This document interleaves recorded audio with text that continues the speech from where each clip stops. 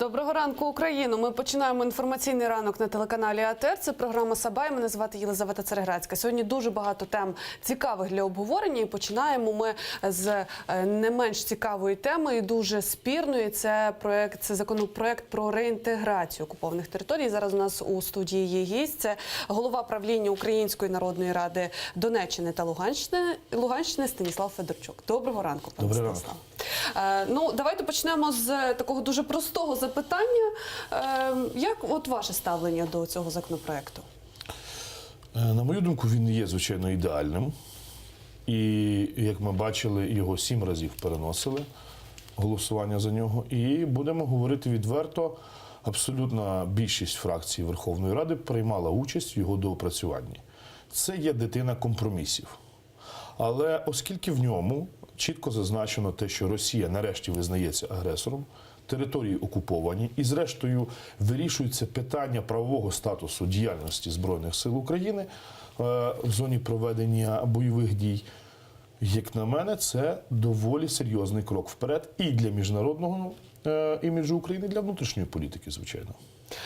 На вашу думку, є якісь недоліки у цього законопроекту? Ваша основна претензія, вона є? Перше, і, напевно, і найголовніше, те, що цей законопроект не стосується, не присвячений реінтеграції. Цей законопроект було б доцільніше, я не знаю, чому його саме так титрують. Він називається «Про особливості державної політики забезпечення державного суверенітету України». І, як на мене, він мусив би нести зовсім іншу назву. Тому що він регламентує трохи інакші речі. Частково він стосується повноважень Збройних сил України, частково він стосується того, в який спосіб будуть здійснюватися переформатування управління нашими безпековими органами і оборонними в сфері проведення антитерористичної операції. І, звичайно, там є частина вимог, яка стосується зрештою, обрисів майбутнього. Однак глобального бачення майбутнього там, на жаль, немає, і я думаю, що окремий закон ще постане про реінтеграцію і про те, в який спосіб буде відбуватися зміна влади, в який спосіб будуть здійснюватися вибори, в який спосіб будуть функціонувати політичні права і так далі. Дуже багато було розмов ще на стадії першого читання цього законопроекту, що його прийняли в першому читанні, але він вимагає правок, і потім Ірина Геращенко говорила про те, що є дуже великі ризики у тому, що його змінять до невпізнаваності. То логічне цілком запитання, навіщо взагалі такий законопроект? Можливо, потрібен абсолютно інший, тим паче, що ви кажете, там ні слова немає про реінтеграцію. Ну, там є один абзац, який стосується реінтеграції. Цей закон потрібен хоча б для того, щоб відновити справедливість. На жаль, ми бачимо, що українська політика в виконанні і адміністрації президента, і Верховної Ради, і Кабміну – це є шлях дуже часто кулуарних речей, які не обговорюються. Ми чудово розуміємо, що цей законопроект потрапив до Верховної Ради саме як ініціатива президента. В тому вигляді, в якому він є, це результат врахованих пропозицій і фракції «Самопомочі», яка, власне, є опозиційною до діючої коаліції, і, зрештою, тої ж самої фракції «Батьківщина». Тому тут треба розібратися з головним. Частина депутатів говорить з тої ж самої «Самопомочі» про те, що, мовляв, варто було би визнати надзвичайний стан на території Донецької та Луганської області і, зрештою, не вигадувати велосипед. Але будемо відверті, ані адміністрація президента, ані більшість в Верховній Раді не готова приймати такий закон. Тому, як на мене, це спроба компромісу. Це спроба важливого компромісу, в якому, зрешті-решт, ми називаємо агресора агресором. І я думаю, що це надзвичайно важливо для міжнародної політики України, тому що сам термін по собі антитерористична операція і відсутність назви головного зла, як на мене, це величезний простір для маніпуляцій і російськими пропагандистами, і зрештою тих європейських політиків, які хотіли би відновити співпрацю економічну з Росією і відмовитися від режиму санкцій. Пане Станіславе, я хочу зрозуміти, і насправді я думаю, що це питання цікавить більшість українців. Тобто на даному етапі у законодавців, у народних депутатів має бути у пріоритетності що? От ви кажете, що в принципі цей законопроект, він спрямований більше на відновлення справедливості. Але що нам потрібно? Справедливість чи реальна реінтеграція? Тому що ми прекрасно розуміємо, що має бути певний прогрес і, не знаю, праця на перспективу. Тому що наразі добре, ми змінимо там певну термінологію, але це буде наступний крок чи як? Чи можливо це знову ж таки буде якесь затягування процесу? Тому що знову ж таки для пересічних українців це буде таке враження, що ну там змінили якесь одне слово і по факту нічого не змінилося. Розумієте, в чому справа? Якщо говорити про той пункт, який стосується Збройних сил України, то тут змінюється не просто одне слово. Тут змінюється принцип управління всією військовою операцією з визволення Донбасу, з Донеччини і, власне, і Луганщини. Чому? Наразі в нас є протиприродня ситуація. Служба безпеки України, при всій моїй повазі, є управлінням, по суті, є головним керуючим центром антитерористичної операції. Хоча більшість завдань, зрозуміло, що виконують Збройні сили України. Це протиприродньо і це має бути вирішено.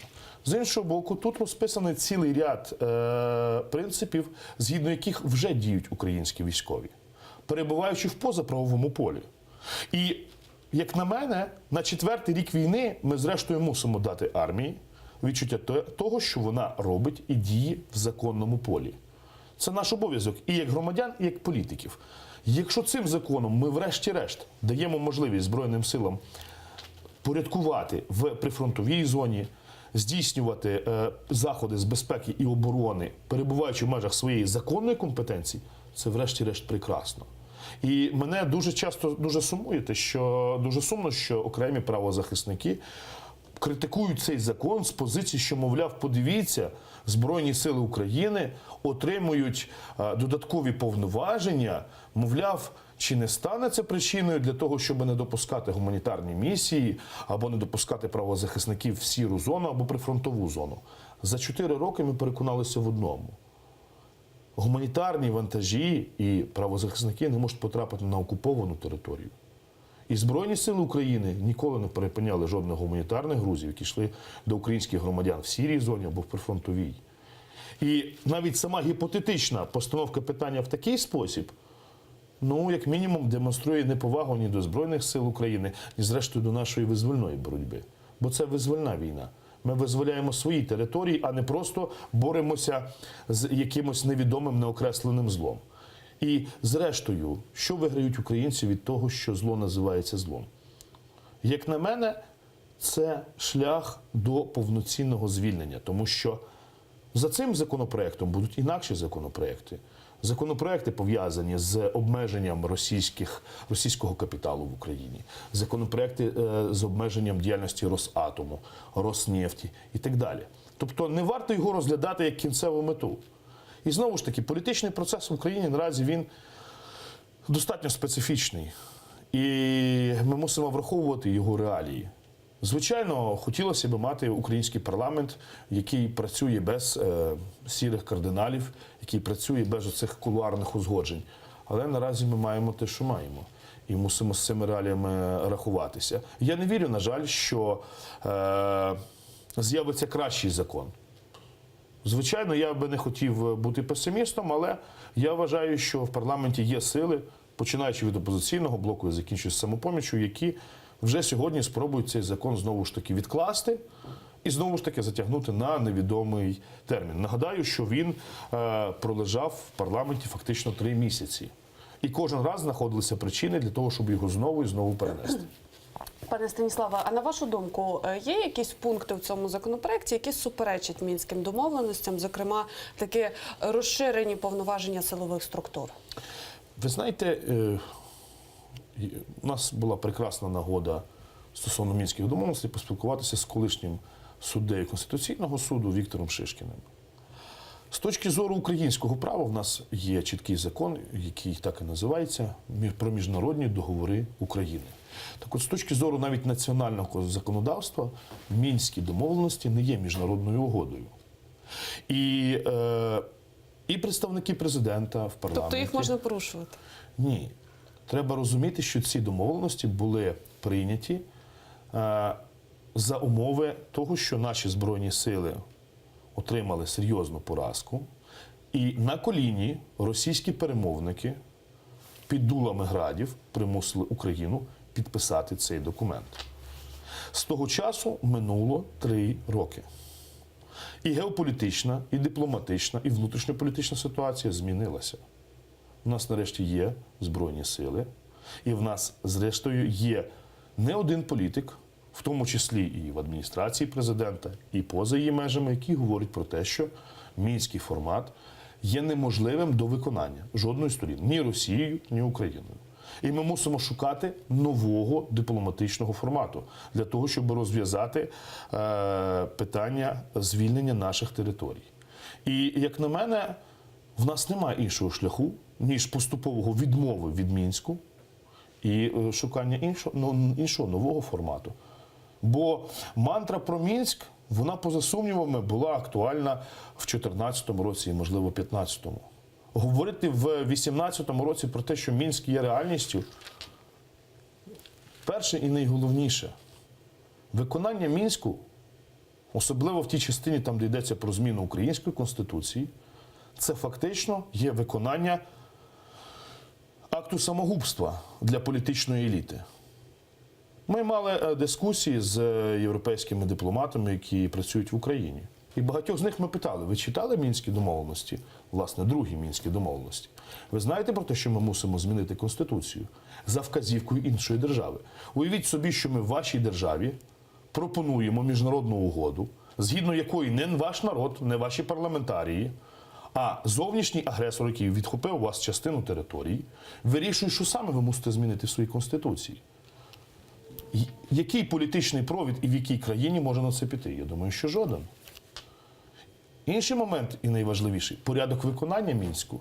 Ми говоримо про те, що спочатку, будь ласочка, заберіть свої гради з воєнторга, спочатку заберіть свої військові підрозділи, і лише згодом ми будемо говорити про якісь вибори, про якісь інші речі.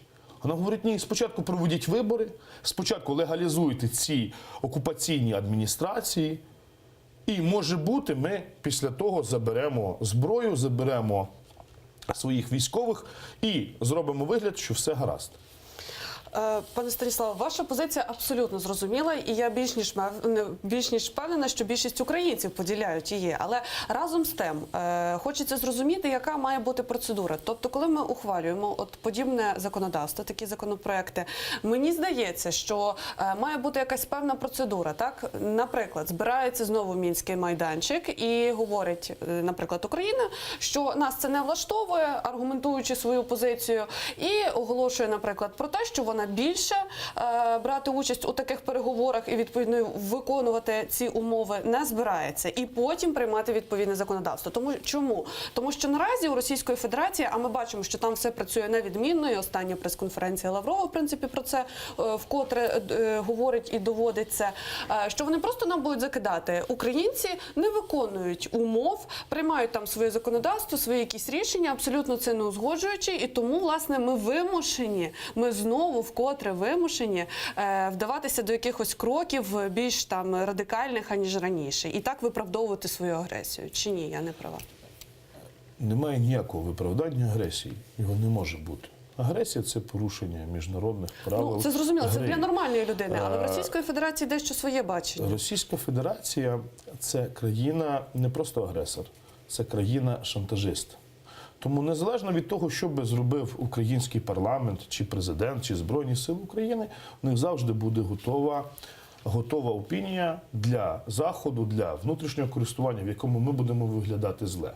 Як на мене, і українській дипломатії, і зрештою українському уряду, і, можливо, навіть і президентові України, треба усвідомити один важливий момент. Суспільство, яке перебуває в стані війни, воно може втомитися від цієї війни, може зробити вигляд, що війни не існує. Однак, якщо ми не опредмечуємо обриси майбутнього, якщо ми не говоримо про те, в який спосіб буде відбуватися наше майбутнє на звільнених територіях, Рано чи пізно це майбутнє настане. Як писав Талєб, чорний лебідь рано чи пізно прилетить. Невідомо з якою звісткою, доброю чи поганою. І не факт, що ми цього чорного лебедя зможемо впізнати. Щось насправді станеться. Росія розпадеться, чи Росія далі буде існувати в тому вигляді. Путін переживе чергові вибори, чи буде працювати якийсь його двійник, чи ще хтось. Ми не можемо цього передбачити. І як на мене, треба бути і ставати все більш прагматичними і розуміти одну найважливішу річ. Є інтереси України, є інтереси інших держав. І для нас важливо захистити свої інтереси, а не оглядатися на Росію. Тому що Росія буде нас шантажувати і гуманітарними питаннями, і питаннями, не пов'язаними саме з цим законом. Вона буде розказувати про те, що, мовляв, ми кровожерні люди, які хочуть загибелі людей Донбасу і так далі. Ці всі байки ми прекрасно Але знаємо. ми мусимо усвідомити головне, через що вони це роблять. Через те, що їм треба приховати факт агресії. Немає сумніву взагалі, в принципі, і ніхто навіть не оскаржує позиції там Російської Федерації. Я маю на увазі, що нічого нового від них ми вже не чекаємо. Такі кроки для нас абсолютно природні. Але я питаю вас наступне. Чи от такі кроки України, вони, наприклад, не позбавлять нас підтримки тих міжнародних партнерів, якої ми потребуємо, от такого демаршу Мінську? Я про це кажу. Ось тут дуже важливе питання, яке ви поставили, і на якому я би навіть хотів би наголосити. Парламент є представницьким органом влади, не виконавчим і не є дипломатичним органом. Він представляє інтереси громадян. Якщо український парламент приймає подібний законопроект, то це є сигнал і для закордонних партнерів, і для всього світу, що це рішення українського народу. Це ж є законні представники українського народу, які були обрані на чергових виборах. І зараз вони здійснюють на позачергових виборах. І зараз вони здійснюють свої функції. Вони приймають закони. Розумієте, в чому справа? Не можна підкоряти національну політику вимогам жодної держави. Можна йти на якісь компроміси, можна оглядатися на окремі домовленості. Але коли є запит суспільства, і парламент його виконує, нехай не в ідеальному стані, нехай не в тій формі, в якій би ми хотіли, але намагається виконувати, то ми мусимо сказати, що ця спроба є плюс, а не мінус. Поза сумнівами, є великий дипломат Петро Порошенко, є Міністерство закордонних справ, є уряд. Так, вони вже мусять думати, як жити в цій новій реальності. Але сказати в такий спосіб, що, мовляв, дипломатія має керувати національною політикою внутрішньою, я думаю, так не є в жодній країні. Ні, чекайте, добре. Всім прекрасно зрозуміло, що робить народ і що робить парламент. Але тим не менш, коли представники від України відправляються на переговори у Мінськ, вони також вони є представниками народу і її волі, правильно? Тобто навіщо тоді домовлятися і казати, підписуватися під цими угодами і говорити, окей, добре, ми виконуватимемо, а потім усередині країни приймати такі законопроекти. І знову ж таки, я навіть зараз не намагаюся розвинути полеміку з приводу того, чи взагалі потрібно там приймати такі рішення чи ні, от саме цей законопроект. Я хочу зрозуміти, як це має працювати у нашій міжнародній площині, у площині нашої міжнародної політики. Я думаю, що це питання більше до українських дипломатів, в який спосіб вони будуть реагувати на це рішення. Я думаю, що, звичайно, існують ризики і стосовно цього закону, і стосовно інших законів. Однак, чи можемо ми спрогнозувати абсолютно все? Думаю, що ні. І знову ж таки, можливо, саме завдяки цьому закону зміниться позиції наших дипломатів. Бо, чесно кажучи, як на мене, далі повторювати цю мантру про Мінськ, трохи є несерйозним. Бо будемо говорити відверто. 2 роки Російська Федерація шантажувала нас на мінських перемовинах нашими полоненими. 2 роки вона мордувала всю країну одним пунктом про всього-навсього видачу наших мирних заручників і військовополонених. Якщо ця сторона є здатною до перемовин, тоді я не знаю, про що йдеться. І я думаю, ми мусимо знову ж таки усвідомити найголовніший момент. Нам потрібні союзники для перемоги, а не для того, щоб просто сидіти за круглим столом. І як на мене, і Сполучені Штати Америки, і країни Євросоюзу мусять прийняти реальність. І ця реальність полягає в наступному.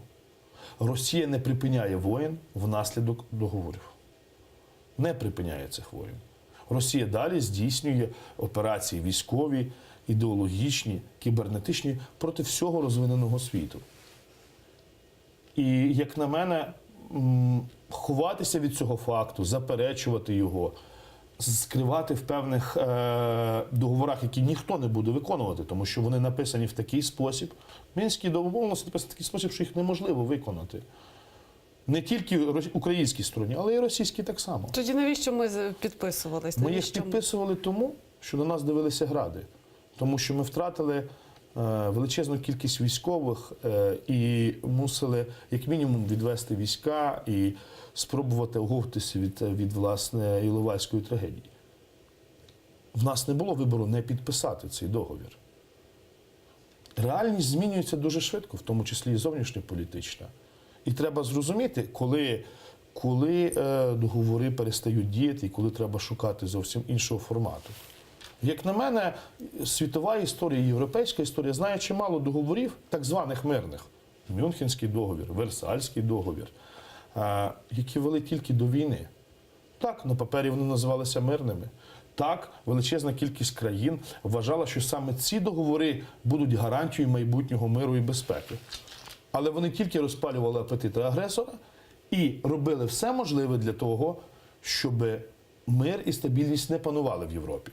Для того, щоб той, хто має найбільше сил, має найбільше зубів, міг кривдити слабшого. Я думаю, що українська дипломатія є достатньо сильною для того, щоб добитися зміни цього формату. І ми мусимо їх підперти так само і дати їм додаткові аргументи, чому мінські домовленості більше не дійсні. Не тому, що ми не хочемо їх виконувати, а тому, що 3 роки їх існування, ну, в другому читанні, власне, другі мінські, вони показали, як же ж можна їх виконати, в який спосіб. Я вас зрозуміла. Пане Станіславе, ще одна тема, про яку я хотіла би з вами поговорити, це національною ініціативою «Стоп реванш» була анонсована акція, яка має відбутися сьогодні, 16 січня. І, власне, акція спрямована на те, аби влада ухвалила закон про деокупацію, також ввела санкції проти російських олігархів і вирішила питання Православної церкви Московського патріархату. Що вам відомо і, власне, як ви ставитесь до цього? Ну, наша організація громадська є одним із ініціаторів цього заходу. В межах ще до того, як була оголошена ця ініціатива, Віталій Овчаренко, член нашої організації, ветеран АТО, кандидат історичних наук, виступив з ініціативою створення закону по боротьбі з колабораціонізмом. Цей законопроект передбачає створення спеціального органу, який буде займатися ось якою важливою справою. Він буде займатися обмеженням можливостей для тих людей, які вчинили акт колаборації, в сфері посад Державної служби, Збройних сил України, Служби безпеки, Генеральної прокуратури, МВС, доступу до державної таємниці і до офіційного володіння зброєю.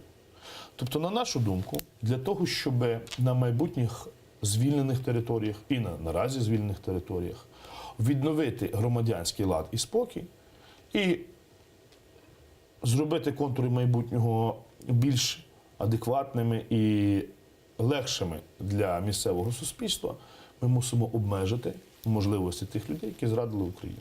Незалежно від того, вони отримали амністію, вони відбули свій термін покарання в тюрмі. Ми вважаємо, що абсолютно доцільним за досвідом європейських країн, тої ж самої Франції, Німеччини, повоєнної, мусить існувати чіткий ценз. Якщо ти воював проти України, якщо ти встановлював російський прапор, робив референдум, це, звичайно, стосується всього декількох відсотків тих людей, які здійснювали акт колаборації. Якщо вони вирішать, що вони знову можуть повернутися до влади в вигляді мерів міст, депутатів місцевих рад, будуть приїжджати до Києва і інтегруватися в український уряд, на нашу думку, ми мусимо поставити законну перепону цим діям. І ми спеціально думали про те, в який спосіб ми мусимо це організувати. І ми хочемо створити спеціальний орган, який не буде органом судовим. Тобто ми, звичайно, будемо робити запити до різних органів спеціальних, які будуть здійснювати збір інформації і надання для комісії. І, звичайно, кожна людина може в суді, якщо їй не сподобалося рішення комісії, оскаржити це рішення.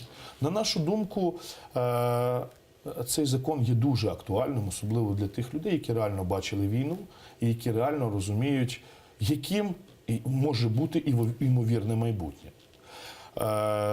Був зроблений цілий ряд круглих столів із участю з громадськістю саме в прифронтовій зоні. В Маріуполі, власне, в Краматорську, в Слов'янську, в Харкові.